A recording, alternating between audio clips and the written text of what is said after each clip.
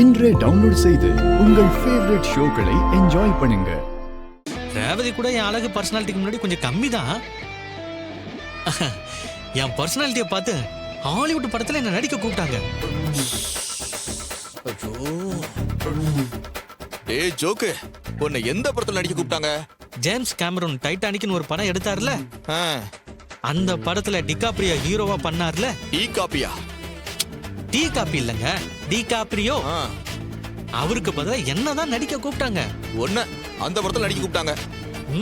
ஆமா.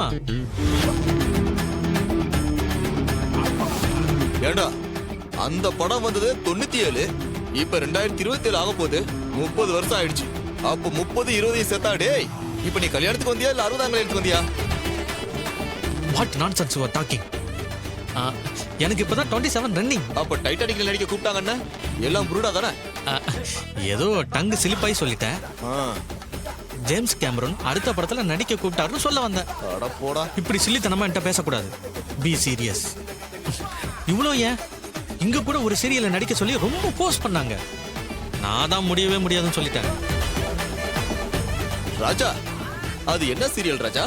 அந்த சீரியலோட பேரு ஏதோ செம்பருத்தின்னு சொன்னாங்க. அடங்க சகல, இவனை நான் கொன்னுறேன் நானே.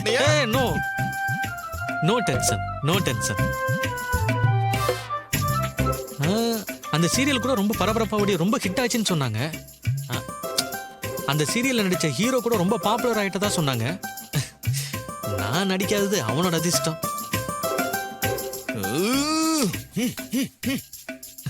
இல்லனா அவனுக்கு இவ்வளவு பெரிய பாப்புலாரிட்டி கிடைச்சிருக்குமா?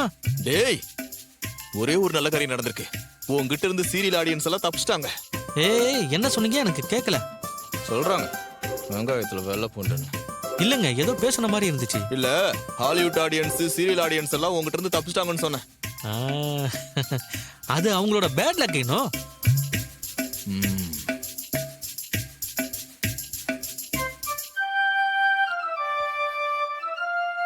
ஏங்க, இவன் அலப்பல என்னால தாங்கவே முடியலங்க. இப்பதானே வந்திருக்கான், கொஞ்ச நாள்ல ஓட ஓட விரட்டிடலாம். கவலைப்படாத. சீக்கிரம் விரட்டுங்க, இவனை பார்த்தாலே எரிச்சலா வருது. அவனை எரிச்சிடுறேன்.